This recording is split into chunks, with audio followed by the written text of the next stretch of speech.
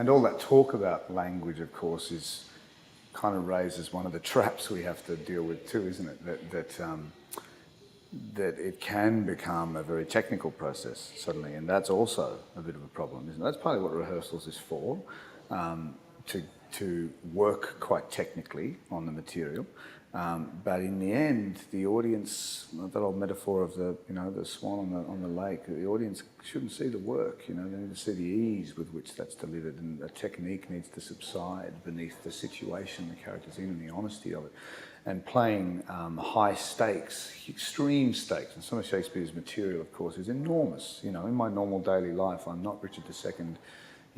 giving up my crown, or I'm not Macbeth murdering a king or seeing a floating dagger,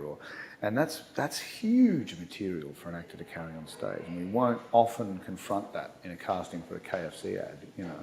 and so we have to work out how to apply all that technical understanding, deal with enormous emotional challenges, and somehow find a middle ground that allows the audience to engage fully and convincingly with what's happening. And I think that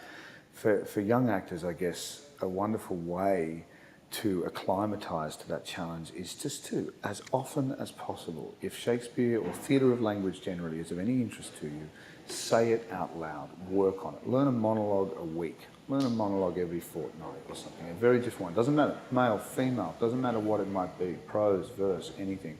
The more often you can bring your own natural intuition in line with Shakespeare's style of writing, the more comfortable you can become with using that language,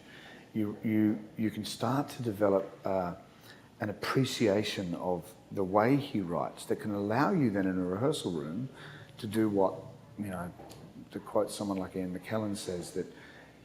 those really high stakes moments will work for you if your molten metal as a human being is hot enough to pour into Shakespeare's mould. He talks about the idea that Shakespeare's given you a mould, it's there on the page, it's a form of literature, and it can have very banal things in it, very extreme things in it. You as an actor, your imagination, your voice, your level of skill with the language needs to be heated up to a point inside you, simmering so powerfully that when you pour yourself into Shakespeare's writing, you can start running through all the different, areas of that mould or that type that he's put on the page for you. And out of that, I think you can,